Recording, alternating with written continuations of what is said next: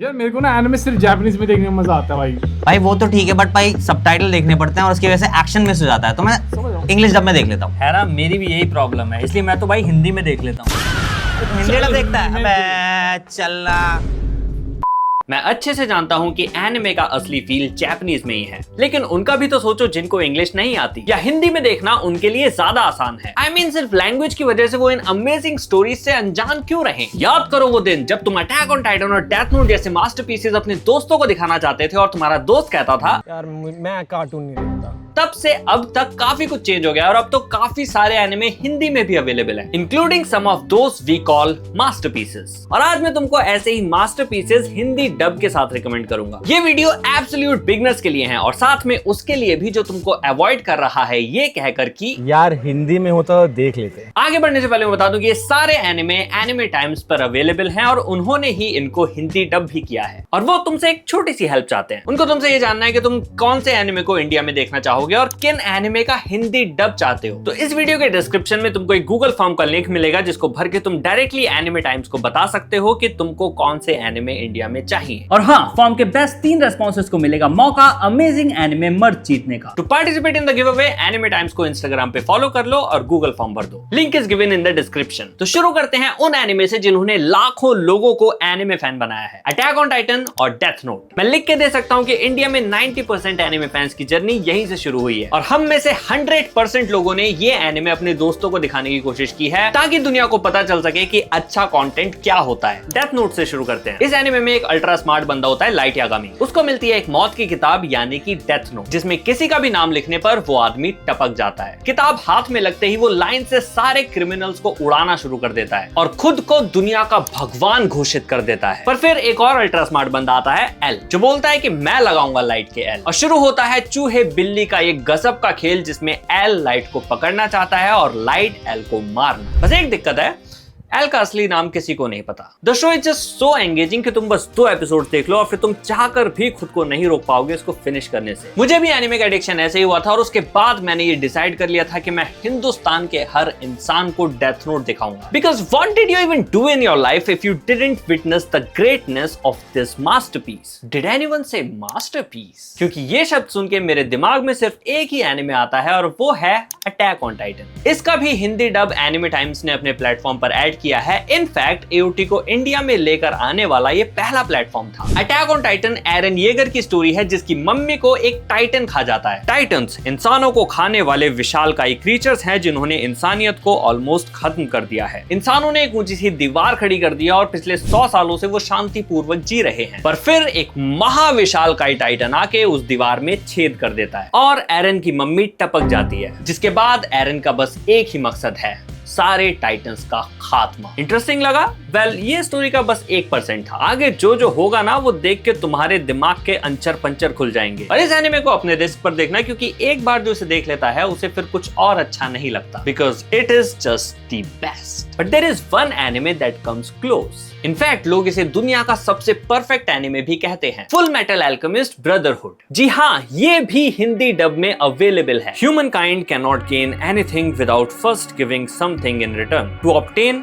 Something of equal value must be lost. That is अल्केमीज first law of equivalent exchange. और इसी law पर इस anime की पूरी दुनिया काम करती है। एक दिन 2 भाई एडवर्ड और अल्फोंस अपनी माँ को वापस से जिंदा करने की कोशिश करते हैं using the powers of alchemy. अब माँ तो जिंदा नहीं होती, लेकिन एडवर्ड का हाथ और अल्फोंस की पूरी बॉडी चली जाती है और अब एल्केमी की गहराइयों तक जाकर ये दोनों भाई अपने बॉडी और बॉडी पार्ट्स वापस पाना चाहते हैं। This anime has everything from good fights to deep philosophy which will make you think about it long after you have finished it. इसकी स्टोरी और एंडिंग इतनी परफेक्ट है कि कई सालों तक इसने माय एनिमे लिस्ट पर नंबर 1 पोजीशन पर रह के लिटरली सारे एनिमे पे राज किया है और अब आप इसे हिंदी में एंजॉय कर सकते हैं, जिसको देखने के लिए इक्विवेलेंट एक्सचेंज में आपको आपके हाथ पैर नहीं देने हैं, सिर्फ 69 रुपीज देने हैं। सो go and get that anime times subscription. जवां खून में आग लगे तो उसे सही राह दिखाना भी जरूरी होता है, इसीलिए विंड ब्रेकर देखना भी बनता है। अपने मेन कैरेक्टर साकुरा ने ज्वाइन किया है नया स्कूल फूरेन हाई, जहां एक ही चीज का बोलबाला है,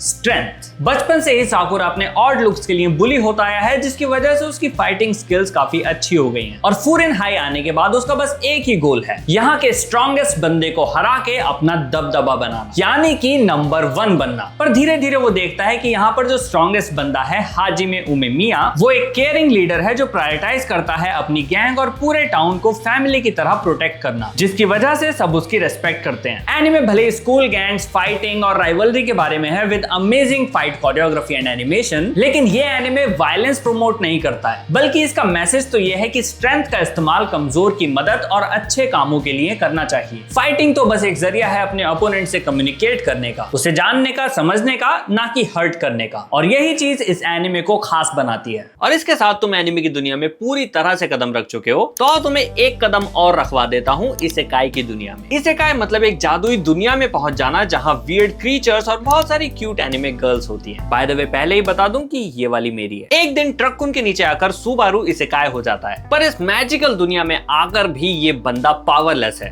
केवल एक नॉर्मल इंसान। फर्स्ट एपिसोड में उसे मिलती है अमीलिया, जो उसको थोड़ी सी काइंडनेस क्या दिखा देती है, और भाई हमारा पूरा प्यार में पड़ जाता है। वो दोनों एक चोर को पकड़ने की कोशिश कर रहे होते हैं, पर तभी उनका मर्डर हो जाता है। टर्न्स आउट के सुबारू के पास एक पावर तो है, वो मर नहीं सकता, बल्कि वो मरने पर पास्ट में ट्रेवल कर जाता है, बिल्कुल किसी वीडियो गेम की तरह एक लास्ट सेव्ड चेक पॉइंट पर बड़ी दिक्कत है इस पावर के साथ, तुम मर नहीं सकते लेकिन दर्द पूरा फील करते हो मरने का। बेचारे को इस एनिमे में इतना तड़पाया जाता है कि वो बीच बीच में पागल भी हो जाता है। पर वो कहते हैं ना, मेन कैरेक्टर जितना सफर करता है ऑडियंस उतना ही एंजॉय करती है। So trust me and watch it, तुमको बहुत मजा आएगा। और अब अगर मेन कैरेक्टर को तड़पाने की बात हुई है, तो एक और बड़ा ही स्ट्रॉन्ग कंटेंडर है हमारे पास, टाको पीस ओरिजिनल सिन। इसकी मेन कैरेक्टर शिजुका को इतना दुख मिलता है कि अब वो मजा नहीं सजा लगता है, स्पेशली अगर तुम डोरेमोन देख के बड़े हुए हो, क्योंकि ये ऑलमोस्ट सेम कंसेप्ट उठा के डिप्रेशन के बारे में बात करता है। अगर कोई इंसान डिप्रेस्ड है तो क्या उड़ने का कोई यंत्र उसे किसी तरह की खुशी दे सकता है, या फिर वो चीज बस एक मीनिंगलेस डिस्ट्रैक्शन है जो उसकी जिंदगी की परेशानियों को किसी भी तरह से हल नहीं करता। हैप्पीएन प्लेनेट से आया टाको पी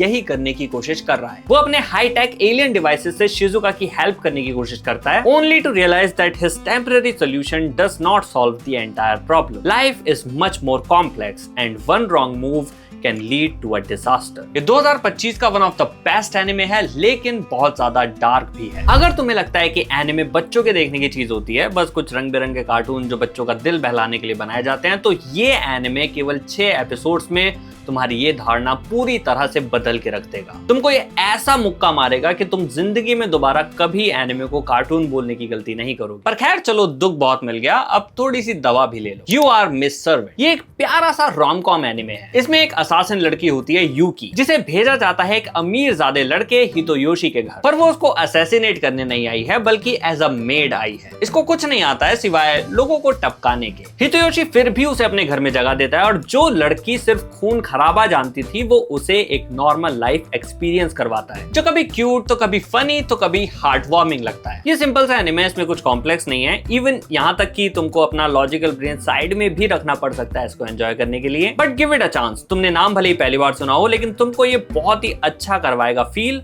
और तुम्हारे अंदर कुछ तो करेगा हील। टॉकिंग अबाउट एनिमे जिनका नाम रेयरली सुनने मिलता है, टेरर इन रेजोनेंस। ये मापा का हिडन जेम है, और इसे काउबॉय बिबॉप जैसे क्लासिक एनिमे के क्रिएटर शिनिचिरो वातानाबे ने बनाया है। एनिमे की स्टोरी 2 लड़कों को फॉलो करती है, 9 और 12, जो टोक्यो में टेररिस्ट अटैक्स कर रहे हैं, लेकिन बिना वजह नहीं। हर अटैक के साथ ये पुलिस को एक रिडल देते हैं, और केंजिरो नामक एक डिटेक्टिव इनको सॉल्व करके इन लड़कों को पकड़ने की कोशिश कर रहा है, making it a cat and mouse chase just like Death Note. लेकिन ये कहानी सिर्फ 12 एपिसोड्स में ही तुमको बहुत कुछ कह जाती है। ये सिर्फ टेररिज्म के बारे में नहीं, बल्कि एक अनएथिकल सिस्टम को एक्सपोज करने के बारे में है, जिसने इन लड़कों से इनकी आइडेंटिटी छीन ली। इस एनिमे में ना तो कोई हीरो है और ना ही कोई विलन, बस एक सवाल है कि अगर तुम्हारे साथ गलत होता है तो क्या तुमको भी गलत करने का हक है, and how far can you go to achieve your goals. वैसे गोल से याद आया, हम स्पोर्ट्स कैसे भूल सकते हैं? Blue lock. अगर तुम स्पोर्ट्स देखते हो बहुत अच्छी बात है, तुमको ये एनीमे बहुत पसंद आएगा। और अगर नहीं देखते हो तो और भी अच्छी बात है, क्योंकि आज तुम्हें पता चलेगा कि स्पोर्ट्स एनीमे एंजॉय करने के लिए तुम्हें स्पोर्ट्स पसंद होना जरूरी नहीं है। स्पोर्ट्स एनीमे एक्चुअली इंसान के कोर इमोशंस को टारगेट करते हैं, जैसे होप्स, ड्रीम्स और पैशन। अपने सपनों को पूरा करने के लिए तुम किस हद तक जा सकते हो, ब्लू लॉक इस चीज को एक्सट्रीम लेवल पे ले जाता है। इस एनीमे में 300 फुटबॉल प्लेयर्स को ब्लू लॉक नामक एक फैसिलिटी में लॉक कर दिया जाता है, जहां वो एक दूसरे के खिलाफ कंपीट करते हैं। इसी में हमारा मेन कैरेक्टर इसागी भी है, जो एक बार ऑलरेडी फेल हो चुका है और कुछ भी करके अपनी किस्मत बदलना चाहता है। इस प्रोजेक्ट का सिर्फ एक ही गोल है,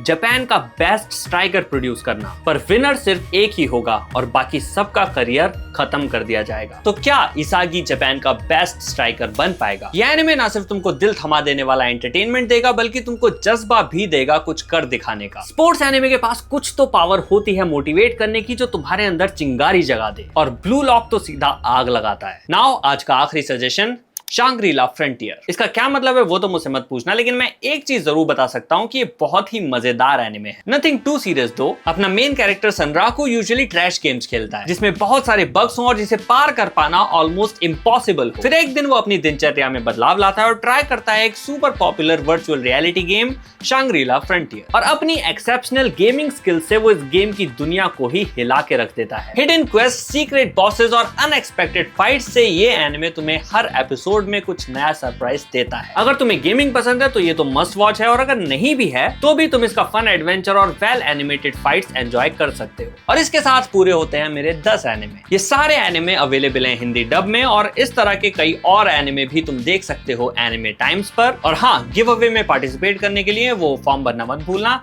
लिंक डिस्क्रिप्शन में है। फिलहाल मैं चलता हूँ, मिलेगा तुमसे अगली वीडियो में। Bye bye.